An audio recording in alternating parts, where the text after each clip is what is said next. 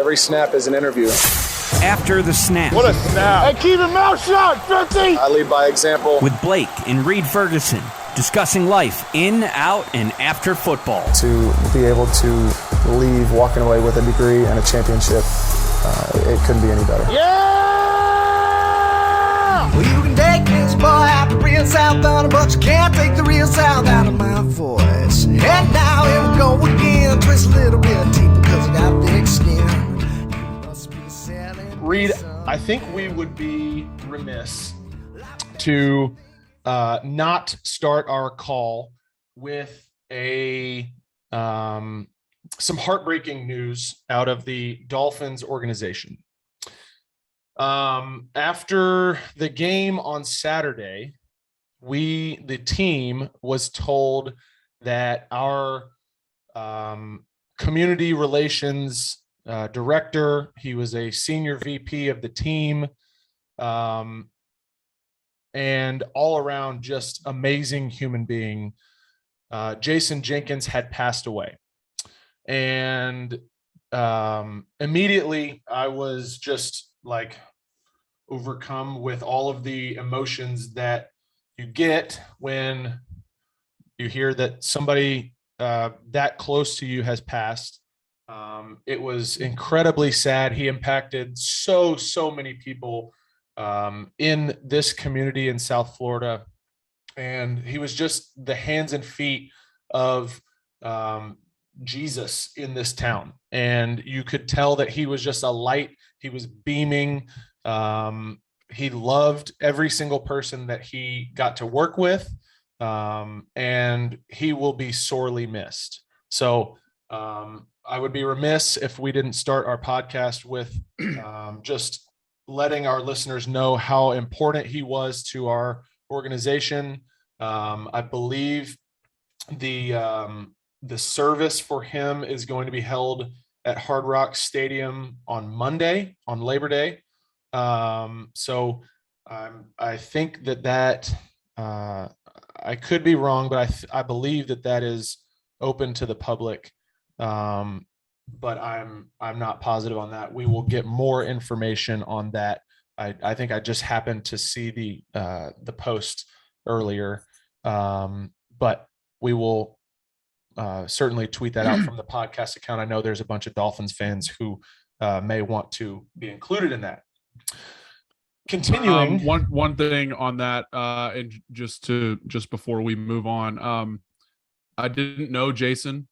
Never met him, but there's whenever somebody of I'm going to say of clear importance to a community like you just spoke on, there's a few people that, when you get on social media and people that are publicly grieving, going through the grieving process, and posting messages to Jason about Jason. There's a few people that I follow that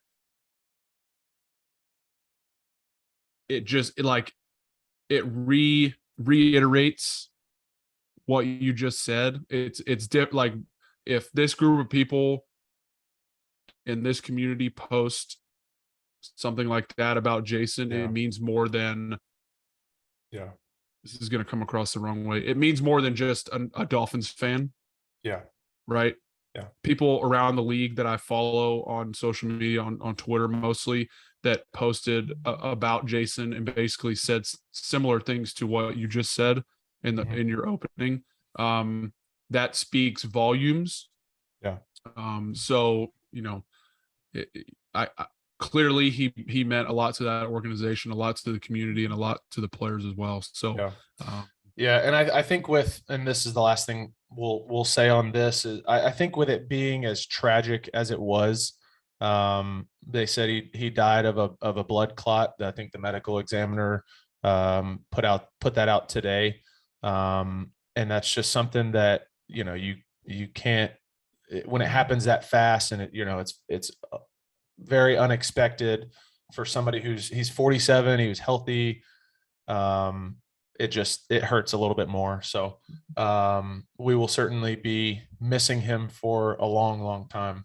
But by way of other relatively terrible news, yesterday, let's just get it out of the way on the front end. Let's get it out of the way at the beginning of the pod, all of it.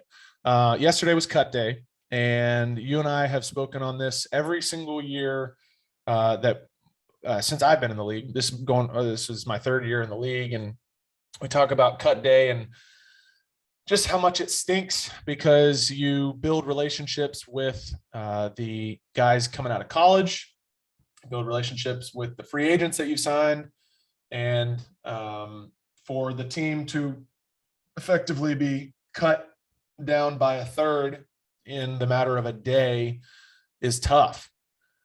And I want to hear your thoughts on it, but for me, it's the worst day of the season, besides the last one.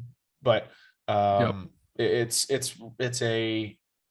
funny. I was walking into the facility yesterday on cut day, and there were some of our operations folks sitting there at the door, and why they're sitting there. Like they're catching the folks coming in who are on the list to be, to meet with Mr. Greer.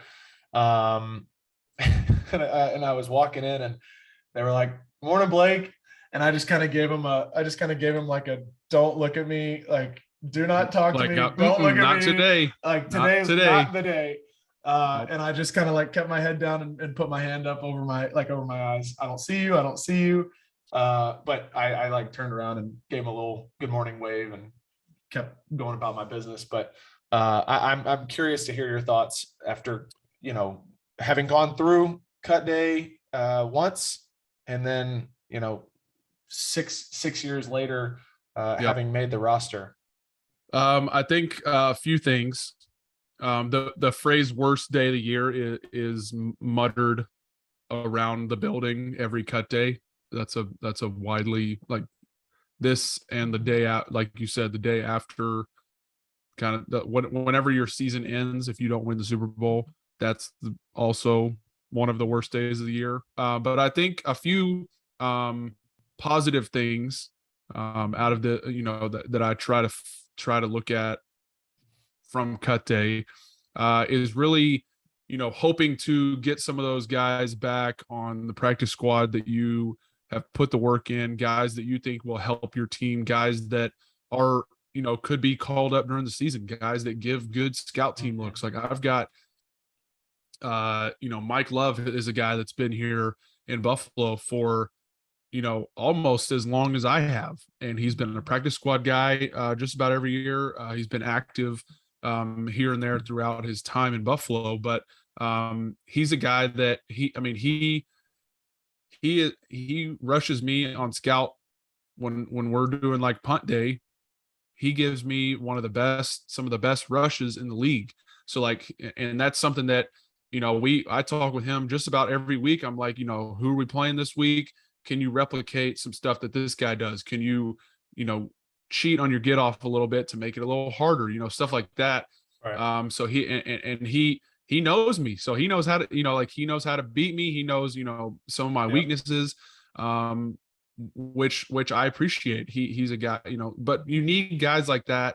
Yeah. And I appreciate having guys like that around, because that only makes, I'm speaking for myself, but it makes everybody on your team better when you give, when you give guys good scout team looks. So, and obviously in preparation for game week. But the other thing is,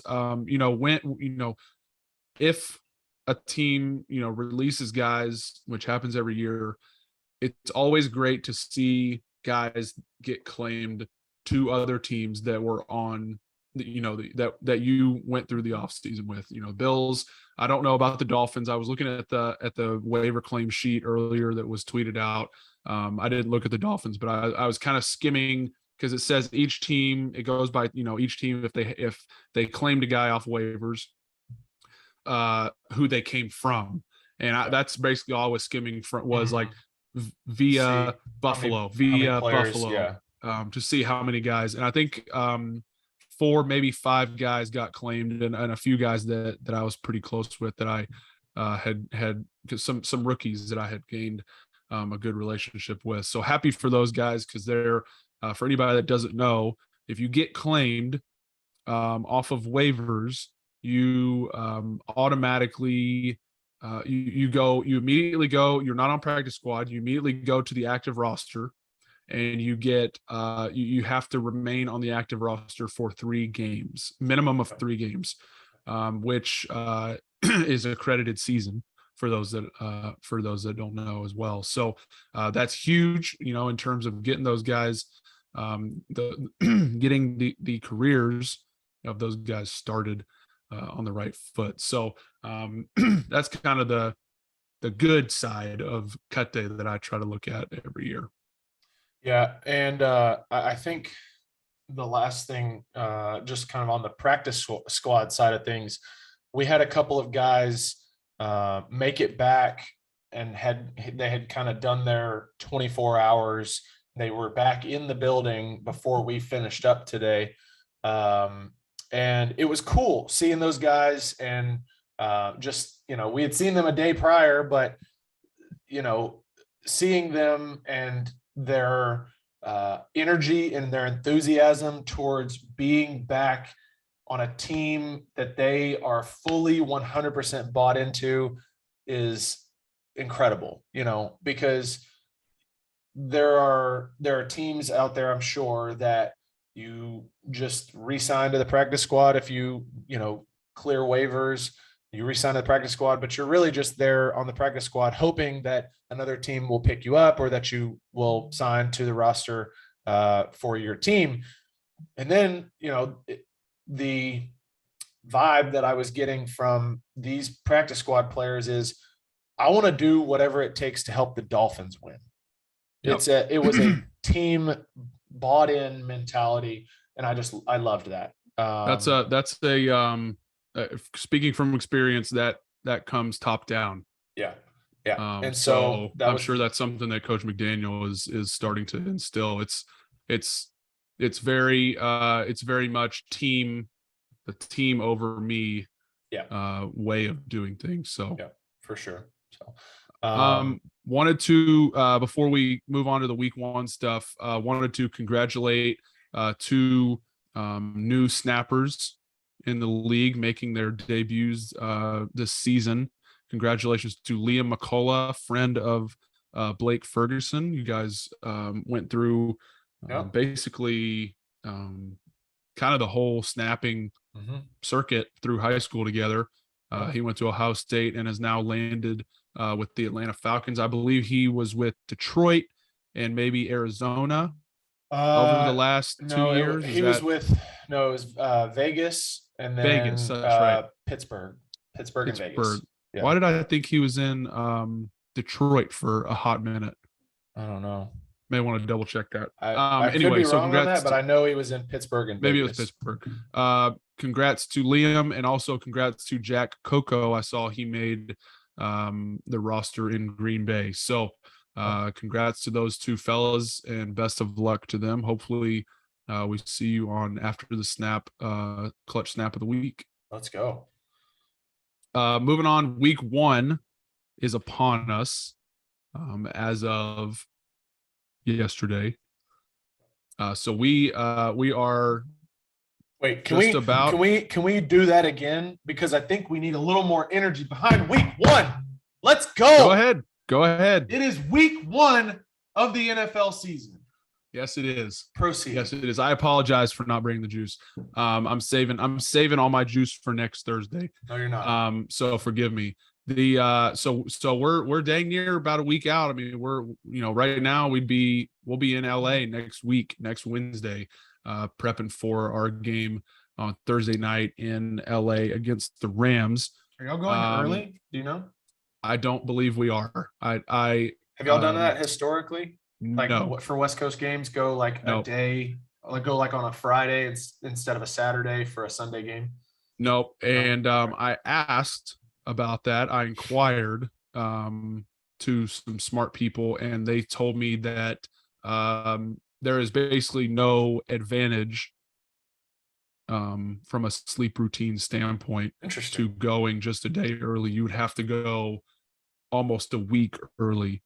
For your actual, get for your you to body, feel the benefits of. Yeah. Interesting. Yeah. Which is interesting because I know the Patriots are going down to Miami, which is not a different time zone, but the Patriots are going to Florida almost a week ahead of, like, they're doing their whole practice week in Florida, Good. which I thought was interesting, Bring for heat reasons, I guess. But yeah, well, so looking ahead, you get the Patriots play at the Dolphins. Yep. Home opener. Is this the first time that you've opened at home? Or did Yeah, you open? it is. Okay. It is. 'Cause you had your we've rookie played year- them. We played them week 1 every year that I've been in the league. But the past two But seasons, the that's last what I two thought. were were at Gillette. Week 1, my rookie year was no fans. And That's then right. Week 1 last year was packed out Gillette Stadium. Xavier Howard pulls out a fumble. They're literally like about to ice the game. They were down a point and in field goal range. They were just killing the clock. Xavier Howard rips the ball out, turnover. We get to kneel it out for a win. It was. I think I remember watching that. It was So you guys awesome. have, so you've won, you won there week 1 2 years in a row. No, we lost my first game. Of You my lost 2 years career. ago? Yeah, I thought you won. the I've, first 2 years I'm, in- I'm. It was close. I'm currently 3 of 4 against the Patriots. My first Okay. game of my career being the first L. Got it. 3 and 4.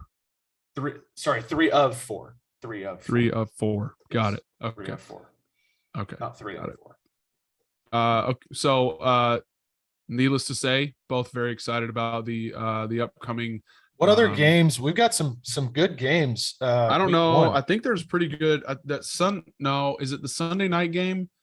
Is Bucks Cowboys. yes, Sunday night. which was the opener last year. Yep. Which was a fantastic game. Yeah. I might be thinking of the Monday night game. Oh, Broncos Monday night, Seahawks. Broncos Seahawks. That's Broncos Russell country. Wilson going Let's back ride. to Seattle. Broncos country, And let's ride. then Raiders Chargers division That's- matchup. That's the one that I had kind of circled was Yep, Raiders that's Chargers. Sunday afternoon. Yep. That's And then I think the obvious one to look at also is Browns Panthers. Yep. Baker Mayfield hosting his Former former team. team. Yep. So that will certainly be one to keep an eye on. I'm excited because I will be home all weekend. yeah. by College myself, football. by myself. Erica is going to the beach, Wow. taking a beach trip with with her family. So I'll be home all alone with the pups, feet up, Watching ball. watching ball. College All football. day That long. will be I'm gonna week hit church. 2. I'm gonna hit church Sunday morning. Man. I'm gonna grab some lunch, grab some grub. Where are we grabbing grub? I don't know. It depends on what I'm feeling. Gotta go barbell. Depends on what right? I'm feeling. Maybe Got- barbell. Gotta go wings Maybe for some watching wings football. for the first Sunday of the Yeah. season. Yeah. And I will probably not move off of my couch except to let the dogs out from 1 o'clock till when does the last game end? 11 p.m. Yeah. So Yeah. I'm already looking forward to that Sunday. 7 straight hours of commercial-free football. Isn't that what the NFL Red Zone Commercial. Red Zone. Isn't that what the I don't know if I have the Red Zone. guy isn't that what the guy says at the beginning of the broadcast? He's like, "It's time for 7 hours of commercial-free football." I don't know. I I have no idea. don't know. Anyway, I don't watch Red Zone. I know people like go crazy over Red Zone, but sorry, go ahead. I was gonna say it's great. It's a great Yeah. channel. I just don't Um, watch it. Can we just talk about how much of an entertainment genius the NFL is? Yes, how we've hit on this before. how strategic They own their the calendar. how strategic their scheduling is for Okay. the Baker Mayfield I have- thing. The Okay. Baker Mayfield I have thing, something else. The Broncos, Russell Seahawks. Russell Wilson. I think Deshaun Watson like comes back like the week Yeah, before. that was what I was about to say. The week before they play. Okay, so you get a Houston. 6-game suspension. That's like that number is normal, Yeah. right? Like 6 games, right? You're like 6 games for whatever you got in trouble for. Yeah. If it's worth Mhm. some games but not the whole season, you're like 6 games. 6 or 8 games is 4, 6, 8, right? No, but 6 games come down and everybody's like, that's not enough, right? He needs more. He needs to pay a yeah. fine. Yeah. So Roger Goodell, investigates himself, investigates the situation himself. 11 games. Exactly 11. 11 games. How did we And land guess on who they play? Guess who the Browns play in week Hmm. 12? Would you tell us, please? What are the odds? You can't make it up. We Can't play make them it in up. week 11. Yeah, we play them So we'll be playing Maybe them week- the week before he gets week back. 9. We play them. Anyway. Week 12, the Cleveland Browns, I believe, go to visit the Houston Texans. Yeah. I know they play the You Houston Texans. literally I don't know if it's literally cannot make it up. Yeah, it's at Houston. Oh, can't make it up. I mean, it's almost as good as, and I'm saying this like, this is not, it's not like the situation's terrible. Cleveland hosted what did they host a couple weeks ago? The massage Yeah, it's like the Therapist massage convention. therapist convention for the whole of country. America. Yeah. Cleveland, up. of all places, Cleveland. Can't make it up. Cleveland. Who wants to go to Cleveland anyway? Have it in Like, Dallas or something. like Have it in the middle of the country. And let me Kansas clarify- City. Let me have it clarify in my previous statement. Lincoln, before- Nebraska. Yeah. Let me clarify my previous statement by saying I've never been to Cleveland. I've But been I haven't twice.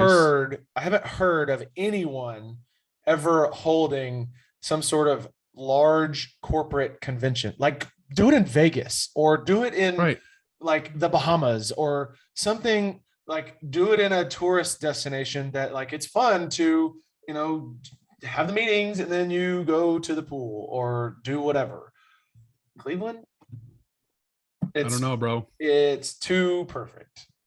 It's too perfect. Can't make it up. So anyway, to your point, the NFL, they know how to do it. It's amazing. They know how to do it.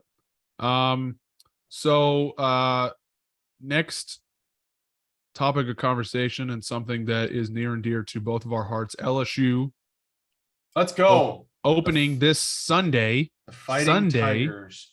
September 4th, against Florida State in the what do they call it now?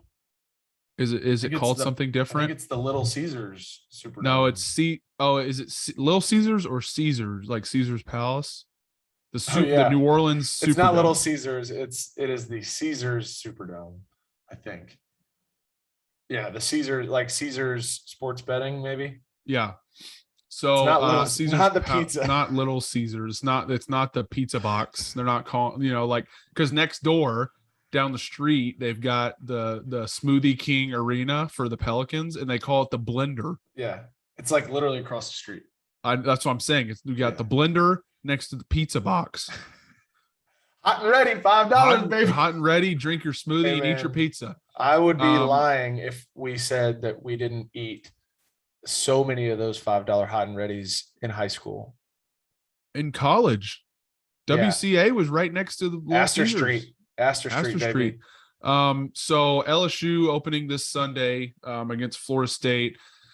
3-point Obviously, favorite. obviously going to be locked in.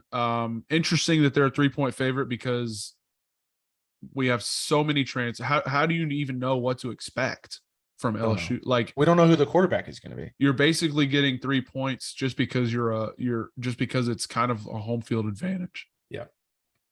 I don't know how good Florida State's going to be. I don't know if they're ranked. I know LSU is not ranked. It's the first time in a long time that they haven't been ranked, I believe. looks like they already. What does Florida State not have a full schedule? Florida State is already Surely. 1-0. They Okay. played Duquesne. This is wild. Check so this they're out. so they're 0-0. They played Duquesne last week. Sorry. Yeah. On Saturday. 47-7 victory. Okay. Week 2, This week. this week. No. It says week 2 Wait. bye. It says week 2 bye. That doesn't make sense. Oh, it must be because Saturday is the last day of their game Of their week. week. Yeah. So Sunday. So it is says week 2 bye. Then they But- play LSU. And then they have 4 more games. And then week 8 bye, the second weekend in October. Oh, because they play. What in This the is- world? Are you looking at the same This schedule makes- I'm looking at? This makes no sense. I'm looking at the same one. There's 4 bye weeks. but the dates, They must be okay, they must be tripping. but the dates all add up. Yeah. And it's 1, 2, 3, 4, 5, 6, 7, 8, 9, 10, 11, 12 games. So yeah, I guess maybe They don't have a bye week though. so. Their Whoever does, their bye week is after LSU. sure is. They have 12 days. 12 days till Louisville. Okay. That's Wild. weird. Yahoo needs to get their ish together. That made my brain hurt trying to figure all that out. Not cool. LSU, and now that we're looking at it, 69% of fans Hey, nice. are picking LSU to win. But there was news out. I think it was yesterday. We're recording on Wednesday. I think Tuesday it came out. Maybe it was Monday that Brian Kelly, the head coach, is not going to name the quarterback for Sunday's game for the first game of the season. So Strategic move. I like that. to keep his competitive advantage. We Which do know that it's not going to be Miles Brennan. That we correct. do know. Do they do media at practice? I don't know. I would assume so. You have to. Could you not just look at who's running with the ones? Well, I Like, don't know that they do. I think they like make them leave during team. Like it's just for Got it. individual stuff. Okay.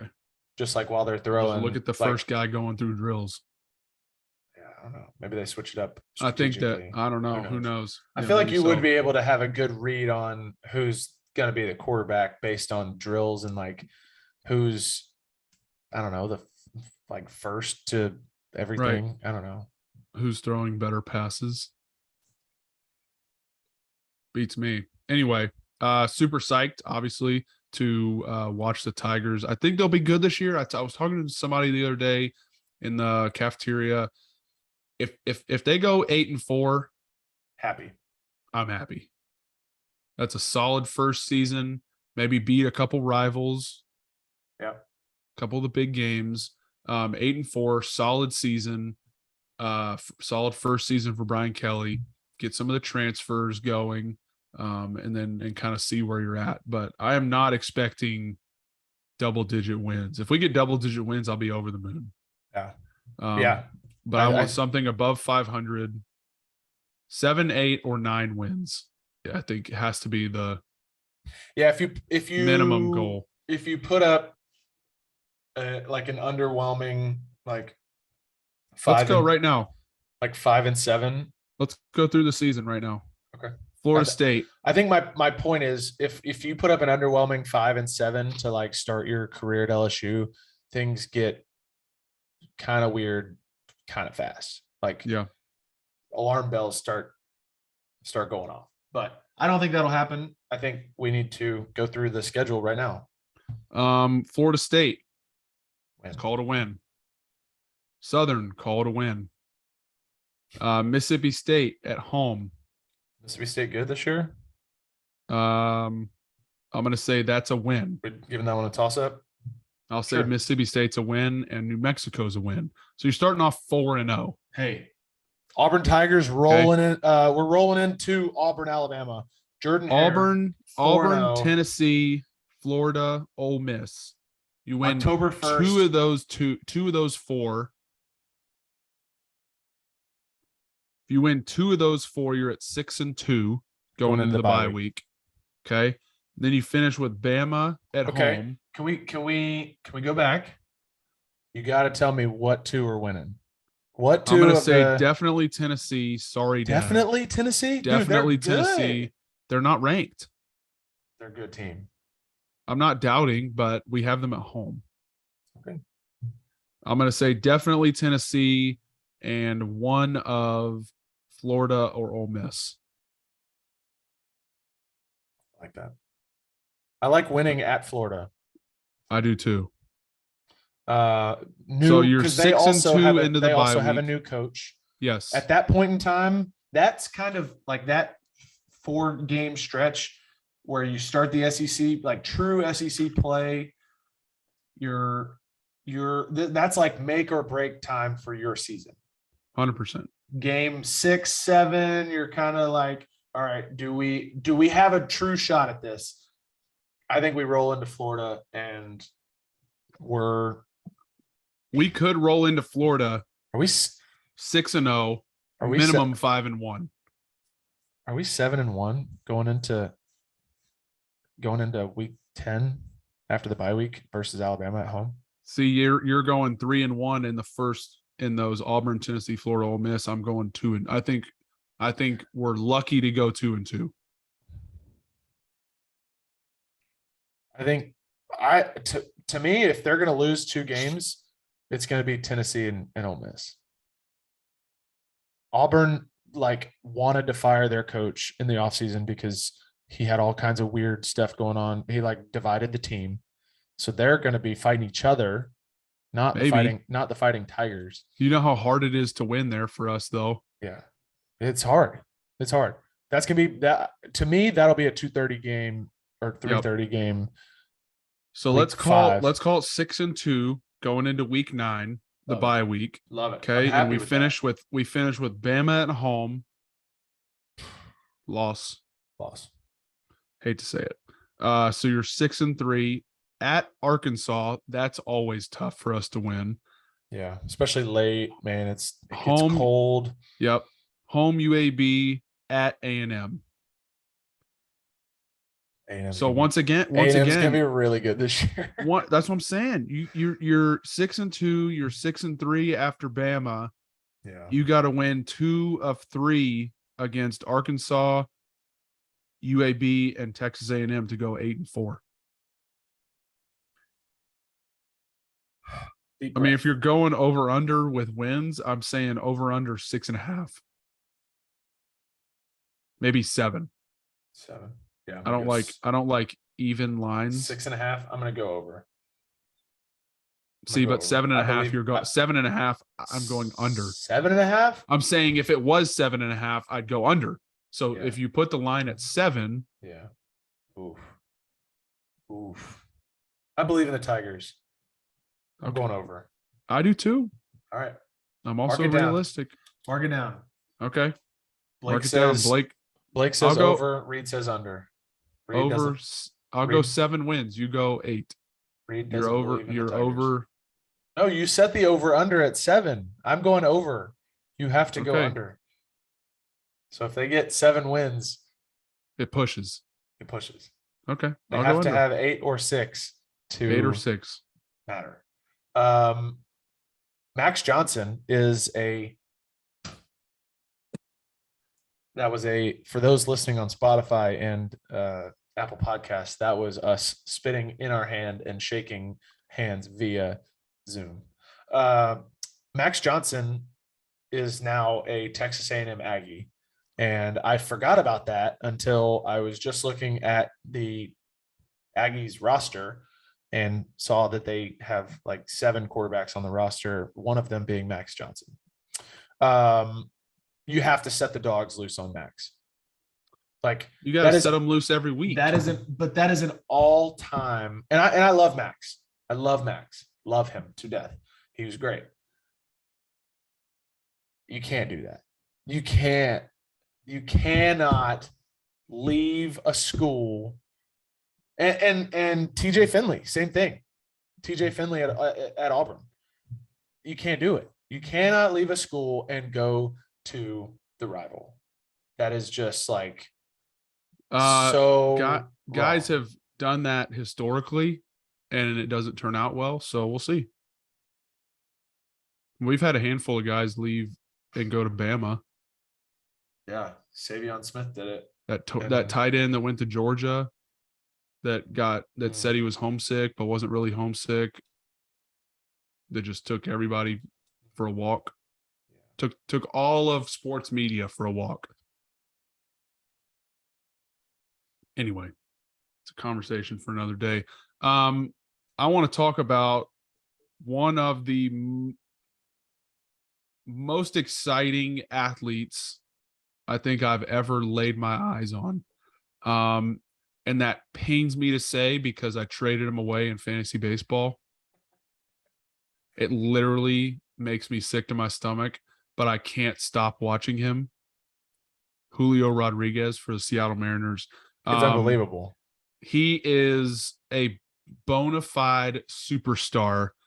Again, pains me to say it. He just signed a massive, what could be a massive contract. I believe it's 8 years, but potential to be 14. And it goes for what's the minimum? He got 200 guaranteed. But there's escalators all the way up to like 440 or something like that. Like if he plays and goes all the way through and it escalates all the way to the max contract, it would be, I think, the richest contract ever. Now, when we get to the end of that contract, it's going to be worth diddly poo. Mm-hmm. Like somebody's going to have signed a $600 million contract by then. Yeah. I think the way that they structured it is really cool. And I think it is too, with all the MVP clauses and stuff like that. Yeah, it's changes very, the very game. cool. It changes the game for young players. Absolutely. Because it's great for a long time. For a long time, it's been you play your 6 years or whatever it is, and then you got to go through arbitration, and then you get paid. Yep. But the Braves are seeing changing. a shift. We're seeing a shift. Then they did it with the Braves. Did it with Acuna and Albies. Ozzy. They gave Michael those Harris. guys. But they gave those guys not outstanding money, but they gave them enough to be committed to the Braves. And this It's a great way to put it. They did it with Michael Harris.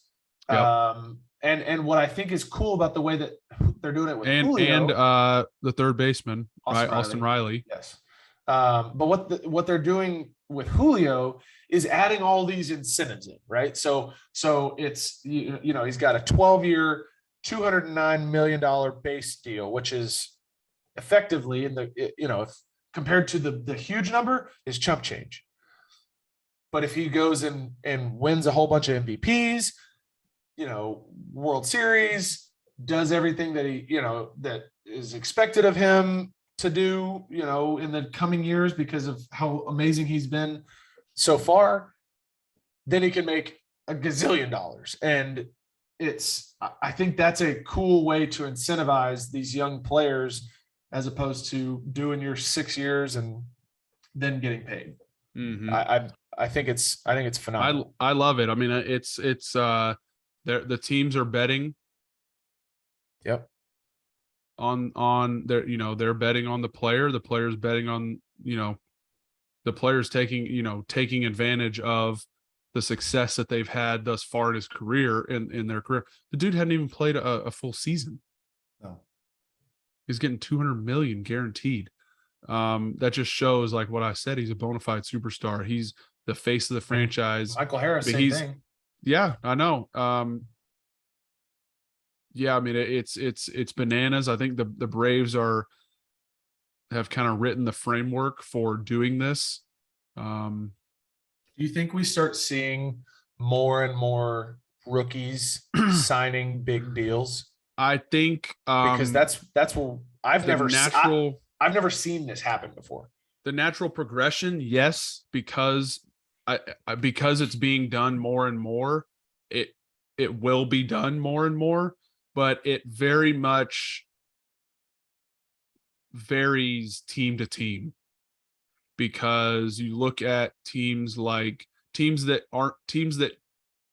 don't spend money historically, Oakland, Seattle, they're historically not a franchise that spends a lot of money. Tampa, they just started doing it because they signed Wander Franco to a big deal last year, who's he was their number one prospect for a long time. He's a superstar in the making. I mean, couldn't really see Baltimore doing something like this. Some of those smaller market teams like Cleveland, maybe not. Minnesota, maybe not. It kind of depends, but I think it very much differs team to team. But a big market team like the Braves are one of the most well-run organizations in all of sports. They're doing it the right way. This is the way you do business. You keep your great superstar players, the players that want to play for you, and the players that make other guys want to come play for the Braves, and you lock them up on team-friendly deals. And you cannot let good players walk out the door. You're golden. You can't let good players walk out the door. And I think that the Braves see that. They see the talent that has come up through that system, and they're not planning on letting it go anytime. Yep. And I love that. Yeah. I mean, they've locked up their core for the next, I don't know, 5-6 years. So it's pretty cool to see. We've got something brewing here in the MLB. I'm gonna need this is a note for Chris, producer Chris. I need you to pull the audio maybe from, I don't know, probably a month ago, where I think I said on the podcast about Pujols hitting 700 in the World Series. I think he's going to do it before the playoffs. Did you say that on air, or was it just a tweet? I think I said it. You said it on air because then I said it on Twitter. Yes. I confirmed it on Twitter. He's at 694. It is not even September yet. I think he's got 32 games left, including today's game. And he needs 6 homers. At what point? 6 homers in a month is average for a good power hitter. At what point in the season were they like, we're gonna get this guy to 700? Well, because it was like he was shot out of a cannon. Like, you didn't hear anything from Albert Pujols. He was barely cracking their lineup. Yeah. Like, he was in and he was out. That's a great question. And then all of a sudden, boom. Then 2 nights later, he's hitting 3 a week. He hit 2 home runs in a game. And then it's like, where did this happen? Like, how did this happen? Where did this come from? The dude was like in tennis shoes for like the first half of the season. Yeah. He wasn't even in cleats. Great question. And I probably need to look at his splits, but I do know that they are almost exclusively hitting him against left-handed pitching right now, because he's been mashing left-handed pitching. So that could have been a big thing earlier in the season. He might have been playing more against righties. Yeah. And now he's exclusively playing against lefties. He's slugging. Do you have his splits there? He's slugging 806 versus left, 326 versus right. There you go. I mean, 806, 11 homers versus lefties, 4 homers versus righties. Yeah. It's 800 OPS. Wow. That's generally viewed as a really, really good player in your lineup is an 800 OPS. So pretty cool. I mean, he's been a guy that we've watched for our whole lives. Basically, he's 42 years old. However, I don't even know how old he is. 41 years old. Just mashing bombs, and it's pretty cool to see because everybody is cheering for it. You can't Away. I mean, I watched a video of that him. guy. I watched a video of him. I don't know where they just played. I want to say it was Pittsburgh. I can't even remember. Let me look up real quick. They just played a game. He hit an opposite home run like 2 nights ago. Oh, Cincinnati 2 nights ago. And not a ton of fans, but the whole place was going bananas because Albert Pujols, Hall of Famer, hit 694 in their stadium, and they were there to watch. So pretty cool. Pretty cool. Hope he gets there. One more thing before I know I posted to get some listener questions, which I'm excited about these. Always like to see those. This was a good set. Yep. So I saw something a few days ago about Donovan Mitchell. I know we don't do a ton of NBA stuff on here. But players when players want a move away from a team, they take all their team stuff like off their social media. First of all, do you have any thoughts on that? Just initial thoughts. I think it's childish. I think it's petty. I think it was like a thing, and it was like groundbreaking maybe 4 or 5 years ago. Now it's like it's quite obvious. Like they're looking for that now. Right. It used to be like, oh, somebody just, robot 0123 happened to notice that he unfollowed his team. Right. Now it's like they're like journalists are like any looking drama you're like, oh, who's he following? Yep. Looking at the tweets he's liked. Oh yeah, I've seen some of that. Looking at the tweets that they've stuff. liked. Gleyber Torres kind of got in some trouble with the Yankee fans during the trade season in July because he was rumored to be going, I think, to can't remember, maybe the Marlins for a pitcher. Anyway, it was a package for a player, and he liked a tweet that was like that was like from another team's fan base, like, we would love Gleyber, and if we traded such and such for Gleyber, I'll have to go back and look it up. He liked it. He liked the tweet, and it blew, and like Yankee fans started blowing up, and he went back and unliked it. So You're somehow the the message got back to him. But yeah, it's so I think screenshots live forever. Yeah. I think it's I'm on the same boat as you. I think that it makes it harder to move you. Yeah. Yeah. It's like buying a car, right?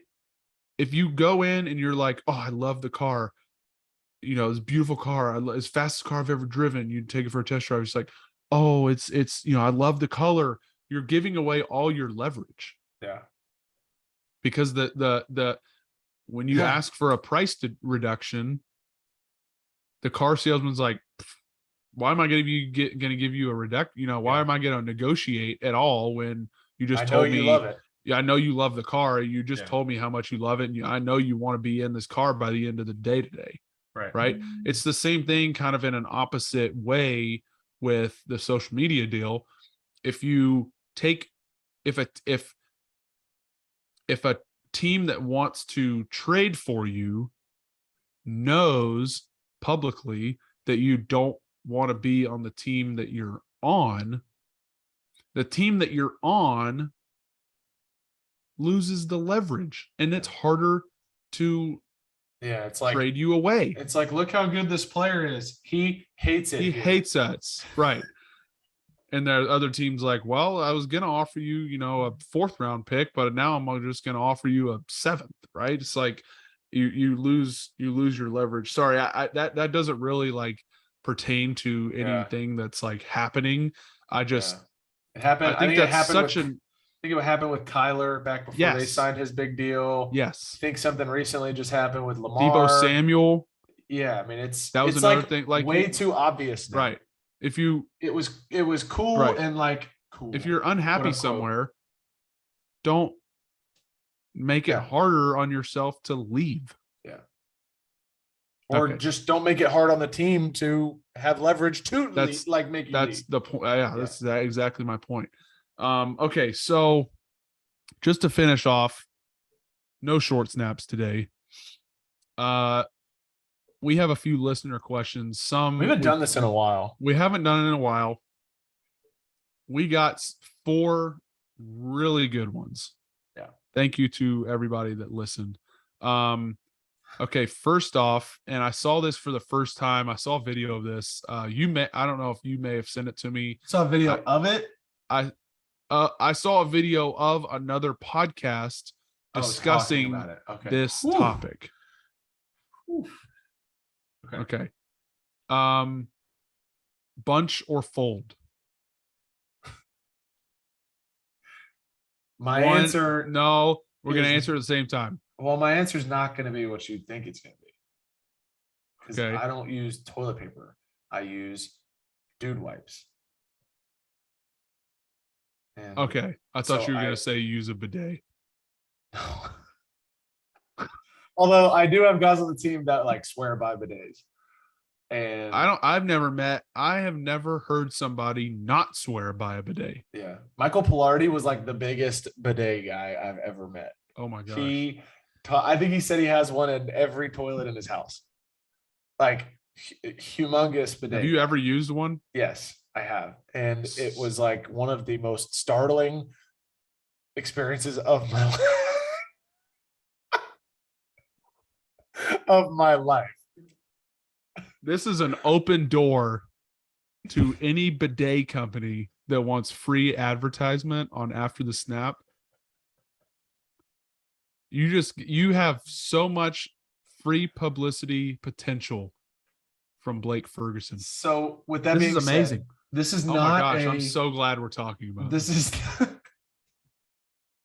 whoever asked this question, thank you so much. This is not an ad for dude wipes, although dude wipes are phenomenal. And you have to use not the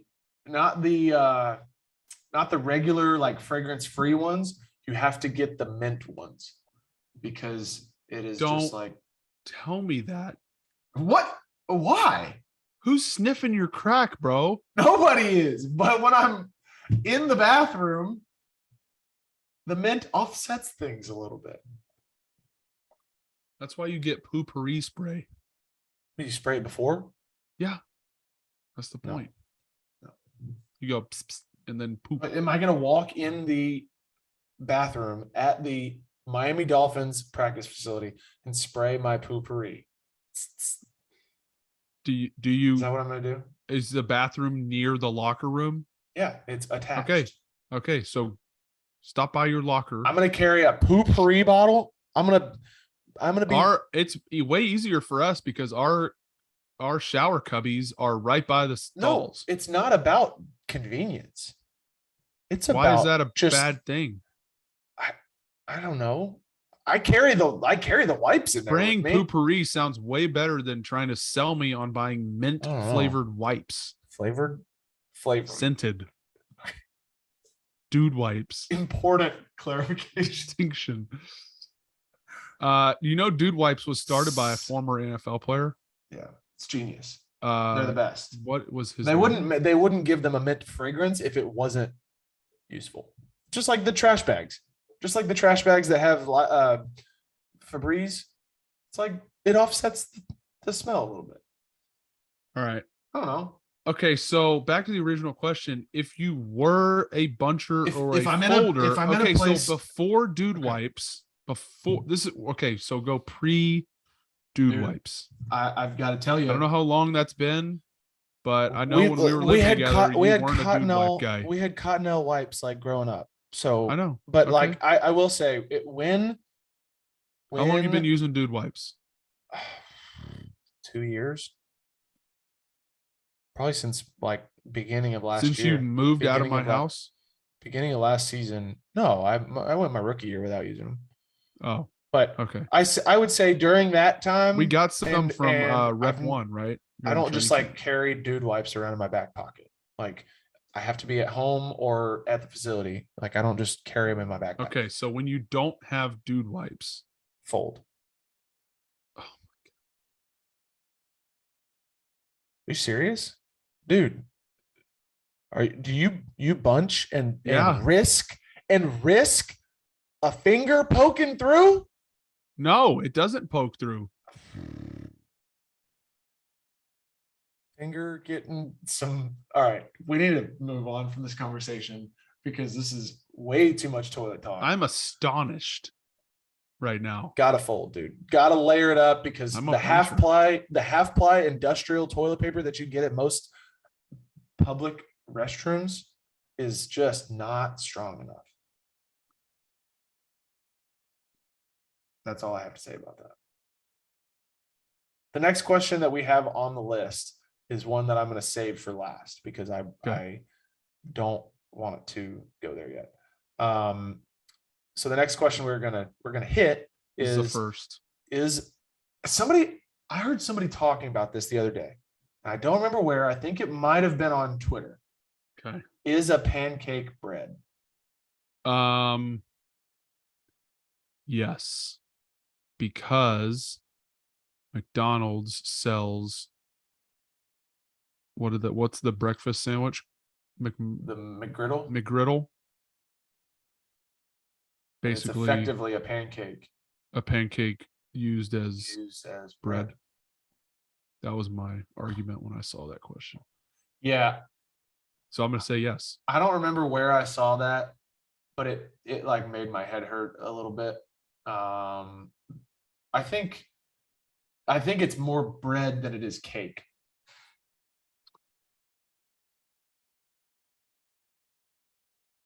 I mean, I'm But on board. I definitely think it's bread. bread. So Definitely bread.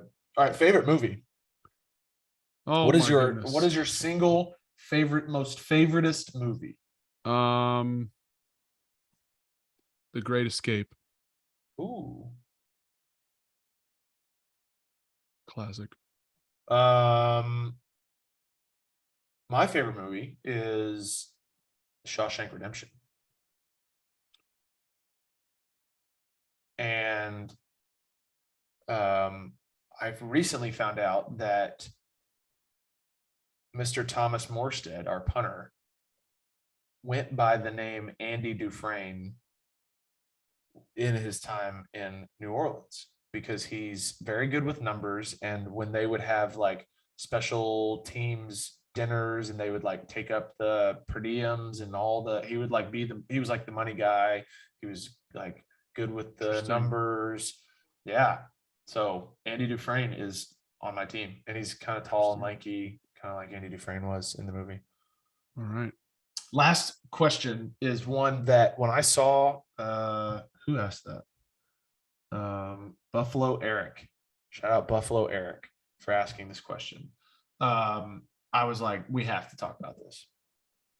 And I have not prepared a list of active NFL players that I've played with to be on my side. I have one in my brain, but the question was 4 active NFL players that you played with at some point in your career to be on your side in a bar fight.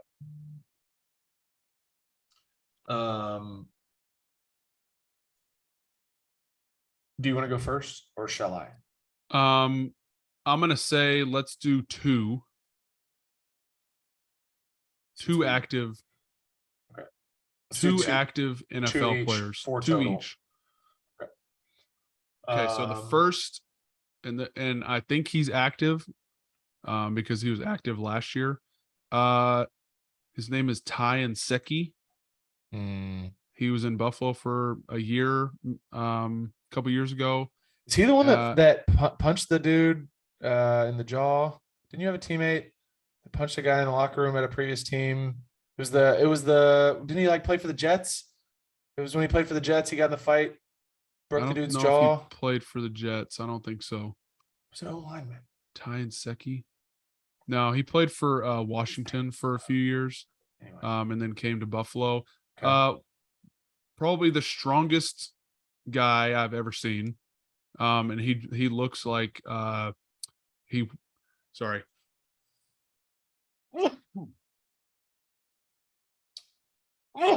Sneak attack. excuse me.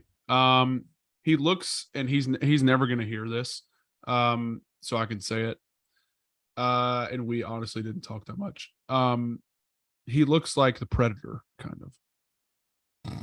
Because he's got like long dreads. Yeah. So Tyan Secchi. My second one, pretty fitting, I believe. Ndamukong Suh. Oh. Did you play on a team with Ndamukong Suh? You played with. Yeah, like on your Sorry, team. I missed that. No, on your I think it I meant thought on it was your just team. I thought it was just asking active players. No, I think it was like on your team. I'm gonna say, yeah, Tyan Secchi. All right, you go while I think of my second. My first one, and this is like not even a question. I've been looking at my phone trying to find this photo. Raekwon Davis. Okay. He is a defensive tackle for us right now. And he is one of those guys. I don't know why John Feliciano wasn't the like next person that came into your head. But He came into my mind. He is a John Feliciano type of guy that he will line up and play football, or he'll go out into the parking lot and just fist fight you. And he doesn't care what you prefer. Yep. He's happy either way. He is 6'7" and about 340 pounds. And he's massive. And he's one of those guys that like in the locker room, he'll grab you and just grab your shirt, and it's like startling, and you're like, oh my God. And he like could like throw you up against the wall and like not actually realize what he's just done because he's that strong. He's like a giant. But we have a cool handshake, and he's my friend.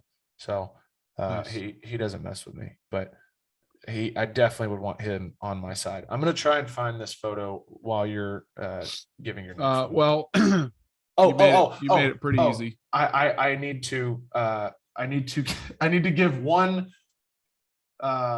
extra point on Raekwon.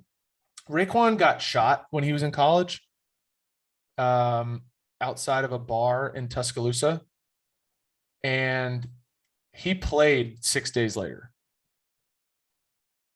And like, I swear.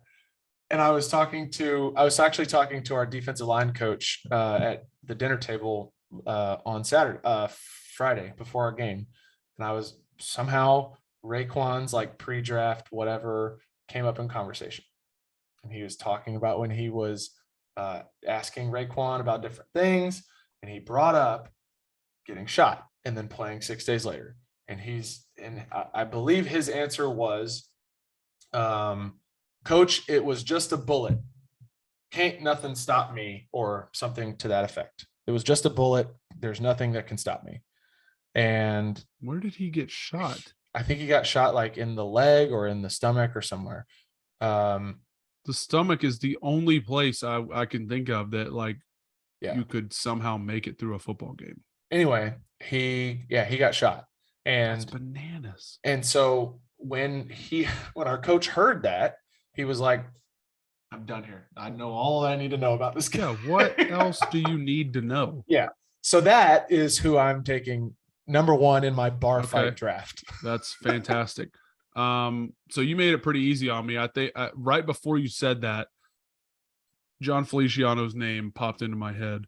I'll go with John just because he loves a good scrap, and he's known to tussle with the best of them. So He was kind of the easy choice. There it is.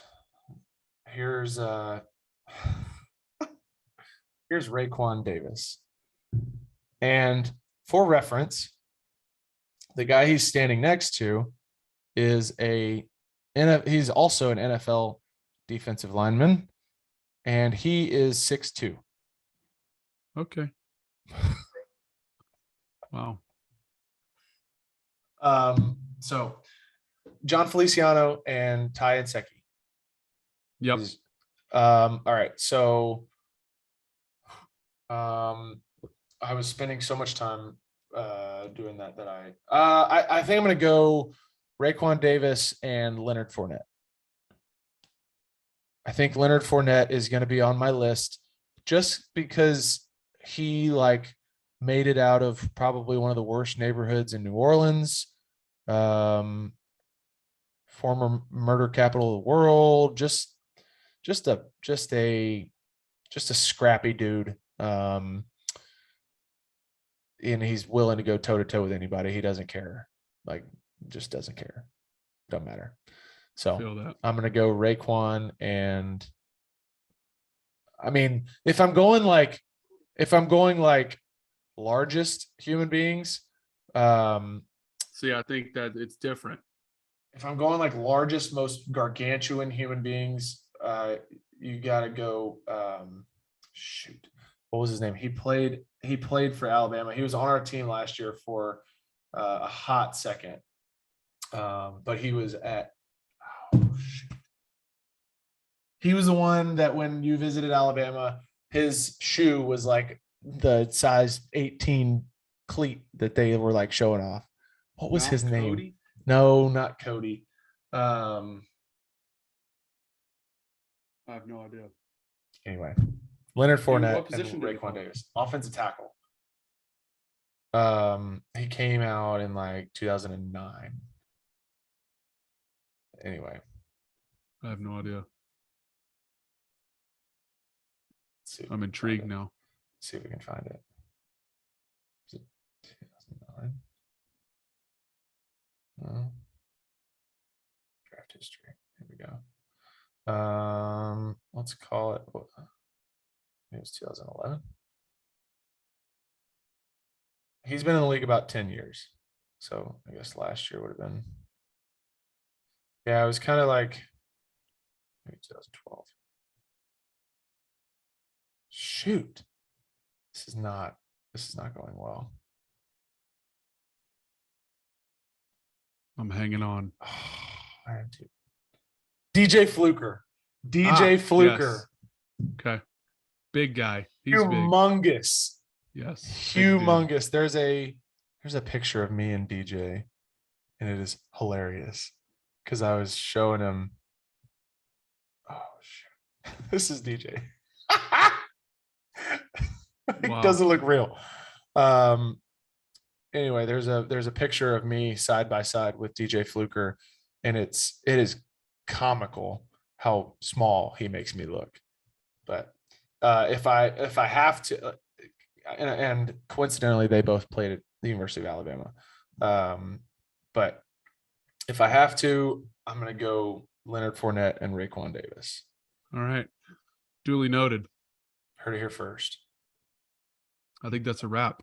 That is a wrap and a half on this week's episode of After the Snap. As always, you can find us on social media at After the Snap Pod, Instagram, Twitter, TikTok, all those places. Give us a little subscribe on your YouTube page, on Apple Podcasts, on Spotify. This has been another episode of After the Snap. Tales from two brothers who live life looking between our Upside down. legs.